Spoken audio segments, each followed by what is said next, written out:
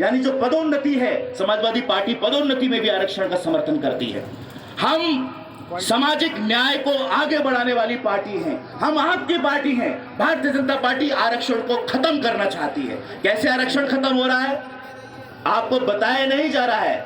आपको भारतीय जनता पार्टी के लोग कहते मिल जाएंगे हम तो आरक्षण चाहते हैं, लेकिन पिछले दरवाजे से आरक्षण खत्म कर रहे हैं। कैसे खत्म कर रहे हैं? ये जो निजीकरण किया जा रहा है, निजीकरण किया जा रहा है, जो सरकारी कंपनियां हैं बड़ी बड़ी, उनको अपने दोस्तों के हाथ में दिया जा रहा है।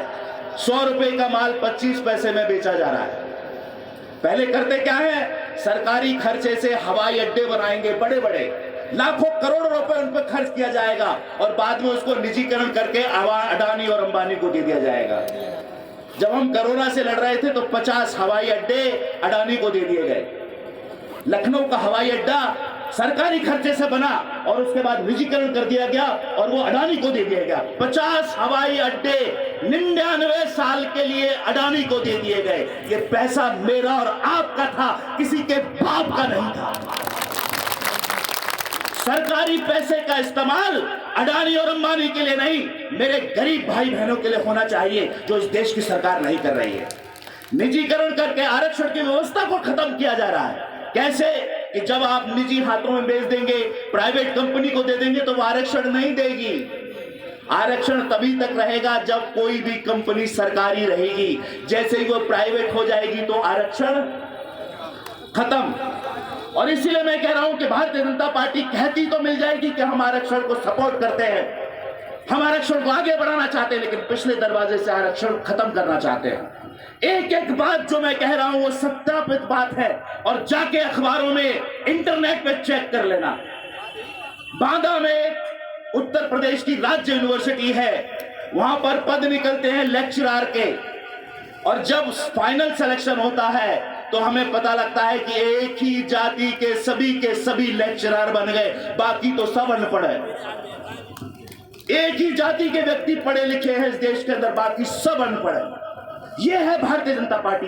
क्या मेरा और आपका समाज पढ़ा लिखा समाज नहीं है?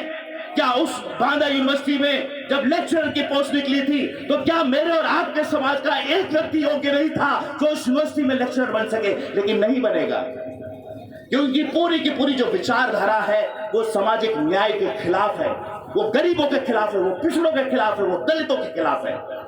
उनका डीएनए ही ऐसा है, आरएसएस का डीएनए ही ऐसा है। एक और संस्था है इलाहाबाद के अंदर जिसका नाम प्रयागराज रख दिया गया है, उसके अंदर एक संस्था है, उसके अंदर पद निकलते हैं, और जब फाइनल सिलेक्शन होता है तो फाइनल सिलेक्शन की जब लिस्ट आती है तो कुछ खास समाज के लोग सेलेक्ट कर दिए जाते हैं, और मेरे बीसी समाज के लोगों को कहा जाता है कि ये पद के लायक नहीं है। अंग्रेजी में कहा जाता है नॉट फिट फॉर सिलेक्शन, यानी कि ये जिस पद के लिए बुलाए गए थे इंटरव्यू के लिए, उस पद के लिए लायक नहीं है। तो उस पद के लिए लायक नहीं है, बीसी समाज का आदमी लेक्चरर नहीं बनेगा, और बाद में एडवर्टाइजमेंट निकाल कर किसी खास समाज के लोगों को उन पदों पर अपॉइंट कर दिया जाता है। तो ये है भारतीय जनता पार्टी, जो कहती तो है हम आरक्षण को खत्म नहीं करेंगे, लेकिन आरएसएस कहती है कि हम आरक्षण की व्यवस्था की समीक्षा करेंगे। समीक्षा का मतलब है कि हम खत्म करेंगे।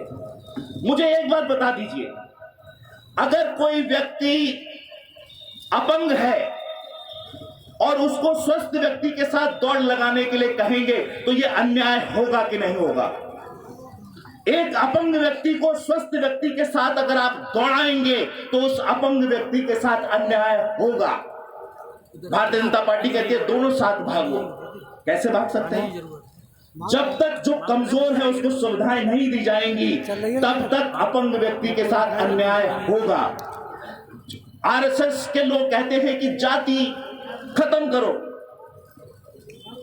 जाति खत्म करो, नहीं सॉरी आरक्षण खत्म करो।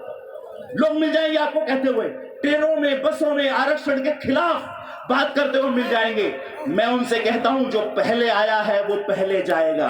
पहले जाति आई है, आरक्षण बाद में आया है। पहले जाति के खात्मे की बात करो, फिर आरक्षण के खात्मे की बात करना। हमको कमजोर समझते हो, हमको नीचा समझते हो और फिर कहते हो कि जातिवाद है इस देश के अंदर। मुझे बताइए कितने आंदोलन आरएसएस और बीजेपी ने जाति के खात्मे के लिए चलाए इस देश के अंदर।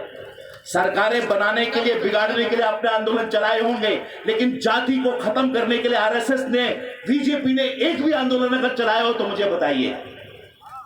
जाति पहले आई थी, पहले खत्म करो, तब जाके आरक्षण खत्म होगा।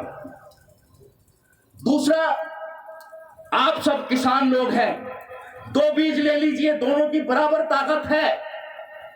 एक को ऐसे ही ऊसर में बो दीजिए और दूसरे में खाद पानी सब कुछ लगाइए, ताकत बराबर थी। लेकिन एक को आपने रेत में डाल दिया तो वो बेचारा बढ़ नहीं पाया, दूसरे को आपने सारी की सारी सुविधाएं दी तो वो वृक्ष बन गया। हम सब लोगों में बराबर ताकत है। हम एक ऐसे बीज हैं जो बराबर ताकत रखते हैं, लेकिन आप हमें सुविधाएं नहीं देते हैं, इसलिए हम बढ़ नहीं पाते हैं, वृक्ष नहीं बन पाते, हम नहीं वृक्ष बन पाते हैं।